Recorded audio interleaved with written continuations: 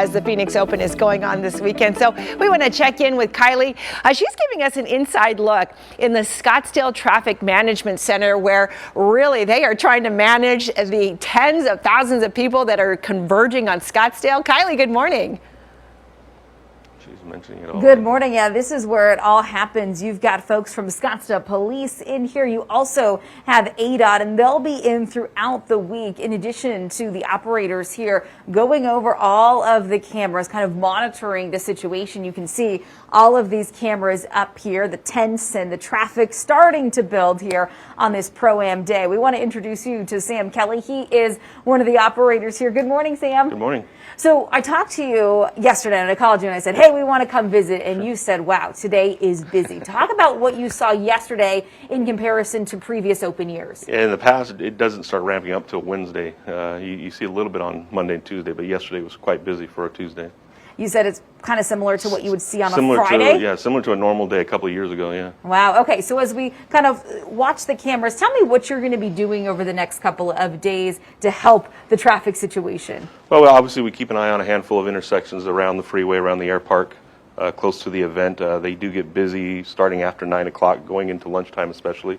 And anytime we can make any changes, we'll use our systems that allow us to make minor temporary changes to the intersections to relieve pressure as best we can. Sometimes the volume's too high for us to do anything about it.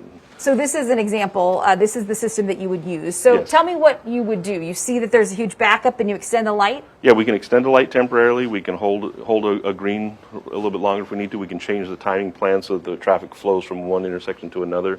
For instance, the ingress or the egress, the outbound, when the event is over, we can change plans to allow the traffic to go one direction quicker and with more volume to get through it. What's your advice for people who don't want to go to the Open and don't want to be in the traffic? Do they just need to avoid all of North Scottsdale? It's difficult for those who live in the area, but yeah, if you don't need to be in that area, don't be in that area. Avoid the air park area unless you're going to the event or need to be in that. So as we talk about ramping up, talk a little bit about what you will do with Scottsdale Police throughout the next couple of days and how you kind of work in conjunction with them. Well, there's always an officer in here during the event, and then they stay into the evening, and they communicate directly with officers out in the field. So if they need to deal with something directly out there, they can tell them, hey, go here and do this.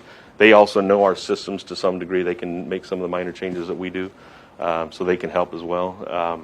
And they're here just as a communication and overseeing the whole thing, running point on it, if you will, and then we just make the changes to the signals as we need to, but they actually work the event. They're officers at the event, that kind of thing. So you're working overtime this week?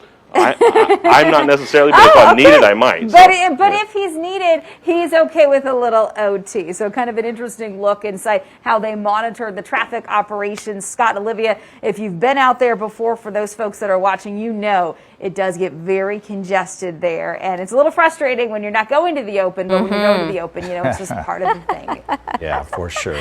Thank you, Kylie.